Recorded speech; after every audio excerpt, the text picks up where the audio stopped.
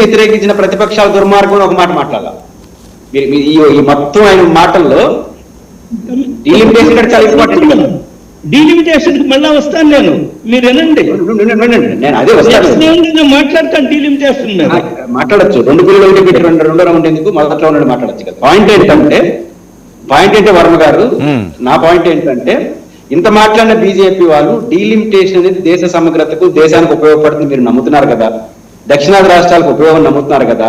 దీన్ని వ్యతిరేకించిన ప్రతిపక్షాల దుర్మార్గమైన పార్టీలను మాట్లాడట్లా, కేవలం మహిళా బిల్లు మాత్రమే. ఎందుకు అంటే మహిళలు రిజర్వేషన్ కావాలని మహిళా సమాజం కోరుకుంటుంది కాబట్టి దాన్ని అడ్డంగా పెట్టుకుని వీళ్ళకి కావాల్సిన డీలిమిటేషన్ వ్యతిరేకతను తగ్గించుకోవడం కోసం వేసిన వ్యూహాత్మక వైఖరి వల్ల ఈ రోజు మహిళా రిజర్వేషన్ బిల్లు కూడా పెండింగ్ పడింది.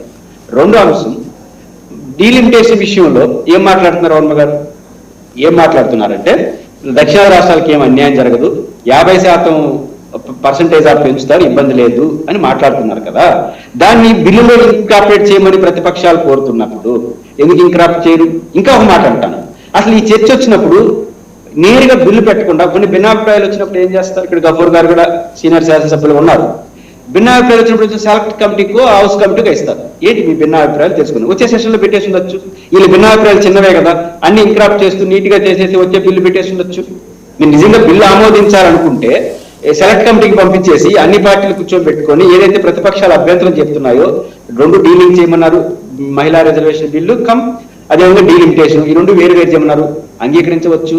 లేదా మీరు 50% అంటున్నారు, దాన్ని బిల్లులో ప్రవేశపెట్టనంటున్నారు, ఇవన్నీ యాక్సెప్ట్ చేసి వచ్చే శాసనసభ సమావేశాల్లోనూ పార్లమెంట్లోనూ లేకపోతే ప్రత్యేక సమావేశాలు ఏర్పాటు చేసేవచ్చు కదా. ఎందుకు చేయకుండా హడావుడిగా బిల్లు ఆమోదించి ఎట్లయినా సరే ప్రతిపక్షాలు దీన్ని వ్యతిరేకించాలి, ఓడించాలి, బెంగాల్ తమిళనాడులో పోయి వీళ్ళు మహిళా వ్యతిరేకంగా చెప్పాలి. ఆంజనేయుడు గారు అన్నారు ఈ బిల్లు ఆమోదం పొందితే మోడీ గారికి పేరు వస్తుందని. మోడీ గారికి బిల్లు ఆమోదిస్తే పేరు వస్తున్నారు అది నాకు తెలియదు, కానీ బిల్లు వ్యతిరేకించిన పార్టీలుగా వివాదం చేస్తే ఇంకా ఎక్కువ లాభం వస్తుందని బీజేపీ భావించింది. వచ్చేదానికి లాభం కానీ దీనికి ఎక్కువ లాభం వస్తుంది కదా, ద్రోహులు ఈ పదాలను వాడచ్చు. కాబట్టి వీళ్ళు డీలిమిటేషన్ ఉన్న వ్యతిరేకతను, డీలిమిటేషన్ ఉన్న ప్రాంతీయ పార్టీలకు వ్యతిరేకతను వాళ్ళు అనుకూలంగా మహిళా రిజర్వేషన్ బిల్లులో ఉన్నారు కాబట్టి 2 కలిపేసి 2 ఆమోదింపు చేసుకునేద్దాము. వీళ్ళకి ఎటువంటి పరిస్థితుల్లో 2/3 మెజారిటీ రాదు, లేదు. ఈ ప్రతిపక్షాలు రాను ఐక్యమవుతాయి. ఈ వ్యూహాత్మక వైఖరి వల్ల ఈరోజు ఆగిపోయింది. ఇది బీజేపీ వాళ్ళు ఆత్మపరిచింది. రెండోది, ఎందుకు డీలిమిటేషన్ విషయంలో 50% బహిరంగ మాట్లాడుతున్నారు, బిల్లులో చేర్చలేదు. ఆంధ్రాలో అంటే మన ఆంధ్రప్రదేశ్ బెస్ట్ ఎగ్జాంపుల్ వర్మ గారు. ఆంధ్రప్రదేశ్ లో ప్రత్యేక హోదా ఇస్తానని ప్రధానమంత్రి మన్మోహన్ సింగ్ గారు రాజ్యసభలో చెప్పారు, కేబినెట్ ఆమోదించింది. 2014 విభజన యాక్ట్ లో లేదు కాబట్టి అమలు కాలం.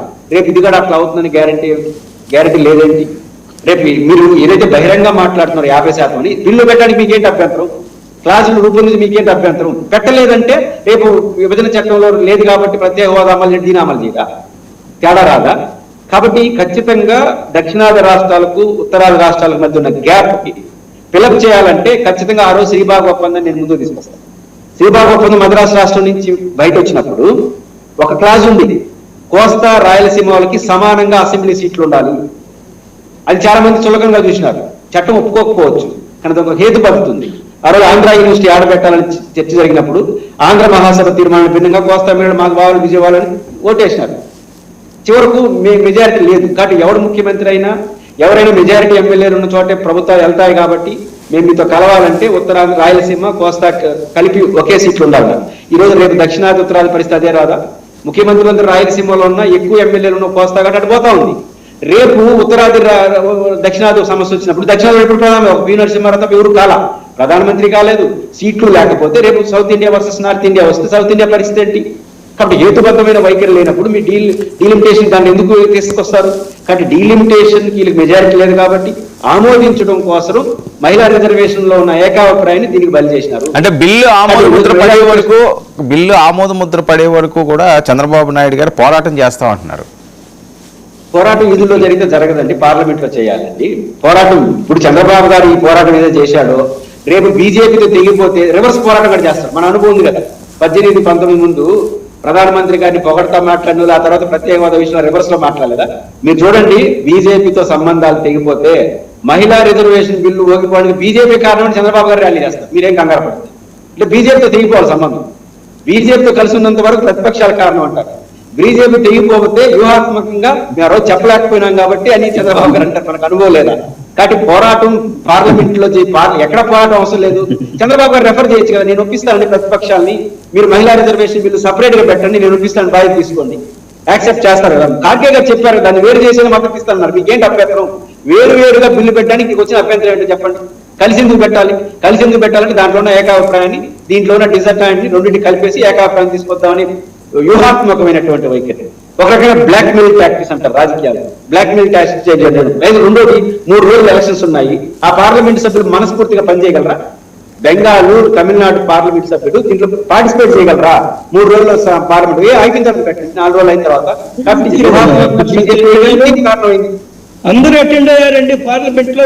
17 మంది మీకన్నా వాళ్ళకి బాధ్యత ఉంది. నేను అదే 17 మంది తప్ప అందరూ అటెండ్ అయ్యారు పార్లమెంట్ కి. దట్ ఈస్ ద రెస్పాన్సిబిలిటీ, బాధ్యత రావడం అనేది. లేదా మీరు మీ భాషలో నాకు అర్థమైందంటే ఎప్పుడెప్పుడు బీజేపీ తెలుగుదేశం విడిపోతుందా మనం సంతోషిద్దాం అనే ధోరణితో మీరు మాట్లాడుతున్నట్టుగా మీరు కలలు కంటున్నట్టున్నారు. దేశము చంద్రబాబు నాయుడు గారు ఇష్టం వచ్చినట్టు మాట్లాడితే దట్ ఇస్ నాట్, అది జరగదండి. కలిసే ఉంటాం. నేనేమంటున్నా అంటే మీరు ఇందాక దక్షిణాదికి అన్యాయం జరుగుతుంది అది పురుషోత్తముడు గారు ఎవరో సీనియర్ అనలిస్ట్ రాజకీయాలు, నేను మిమ్మల్ని ఎప్పుడు గౌరవిస్తుంటాను, చాలా సందర్భాల్లో మనం చర్చలు పాల్గొంటాం. దక్షిణాది రాష్ట్రాల నుంచి రాష్ట్రపతులు 2 అయ్యారు. ఆర్ వెంకటరామన్, నీలం సంజయ్ రెడ్డి గారు రాష్ట్రపతులు అయ్యారా? ప్రధానమంత్రులు 2 అయ్యారు. పివి నరసింహరావు, దేవగౌడ గారు ప్రధానమంత్రి అయ్యారా? హోంమంత్రులు అయ్యారా? ఆర్థిక శాఖ మంత్రులు అయ్యారా? దక్షిణాది రాష్ట్రాలు, అది కాంగ్రెస్ పార్టీ కానీ ఎవరున్నప్పటికీ కూడా దక్షిణాది రాష్ట్రాలకి ప్రభుత్వంలో ఏం అన్యాయం జరిగింది, కేంద్ర ప్రభుత్వంలో ఏం అన్యాయం జరిగింది, ఇర్రెస్పెక్ట్ ఆఫ్ పొలిటికల్ అఫిలియేషన్. నేను కాంగ్రెస్ పార్టీ ఉన్నప్పుడే వీళ్ళందరూ రాష్ట్రపతులు అయ్యారు, ప్రధానమంత్రులు అయ్యారు, హోంమంత్రులు అయ్యారు, ఆర్థిక శాఖ మంత్రులు అయ్యారు. భవిష్యత్తులో కూడా అయ్యే అవకాశాలు ఉన్నాయి. ఈ రోజు బీజేపీకి దక్షిణాది రాష్ట్రాల్లో సంఖ్య తక్కువగా ఉంది కాబట్టి వాళ్ళ రిప్రజెంటేషన్ కూడా సంఖ్య ఉంటుంది. మేము కాంగ్రెస్ వాళ్ళని క్యాబినెట్ లో చేర్చుకోలేం కదా. కాబట్టి ఈ వాదన ఏదైతే ఉందో దక్షిణాది రాష్ట్రాలకు అన్యాయం జరుగుతుంది, ఉత్తరాదోళ్ళు, ఇవన్నీ కూడా రాజకీయ క్రీడ, రాజకీయ లబ్ధి కోసం మాట్లాడుతున్నారు తప్ప దక్షిణాది రాష్ట్రాలకు ఏం అన్యాయం జరగదో. నిన్నటి రోజున అమిత్ షా గారు ఏం చెప్పారు? 50% ఈ ఆర్టికల్ 80 ప్రకారం ఏమిటండి, జనాభా దాన్ని బట్టి మనం సీట్లు, లోక్సభ సీట్లు, అసెంబ్లీ సీట్లు పెంచుతాం. కానీ చాలా స్పష్టంగా అమిత్ షా గారు ఏం చెప్పారు? కాదండి, ఆంజనేయుడు ఇదంతా కాంగ్రెస్ తప్పు అంతేనా? ఏమండి, ఇదంతా కాంగ్రెస్ తప్పు అంతేనా మీరు చెప్పాలి? వాళ్ళు కేవలం రాజకీయ దురుద్దేశంతో రాహుల్ గాంధీ గారు అది ఇమ్మిచ్యూర్గా మాట్లాడడం తప్ప, లేదా రాజకీయ కక్షతోటి, ప్రధానమంత్రి మీద కక్షతోటి, వ్యక్తిగత కక్షతోటి, రాజకీయ లబ్ధి బీజేపీకి ఎక్కడొస్తుందో అనే ఉద్దేశంతో తప్ప రాష్ట్రాలకి అన్యాయం జరిగింది, సీట్లు తగ్గిపోతాయి. చాలా స్పష్టంగా అమిత్ షా గారు ఏం చెప్పారు? చర్చిద్దాం.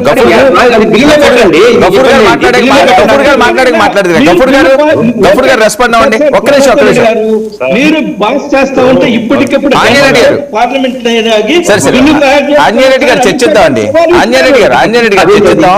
గఫూర్ గారు పెడతాము. గంటలో నేను బిల్లు తయారు చేసుకొని వస్తాను. ఆంజనేయుడు గారు ఇస్తారండి. ఆంజనేయుడు గారు ఇస్తారు. గఫూర్ గారు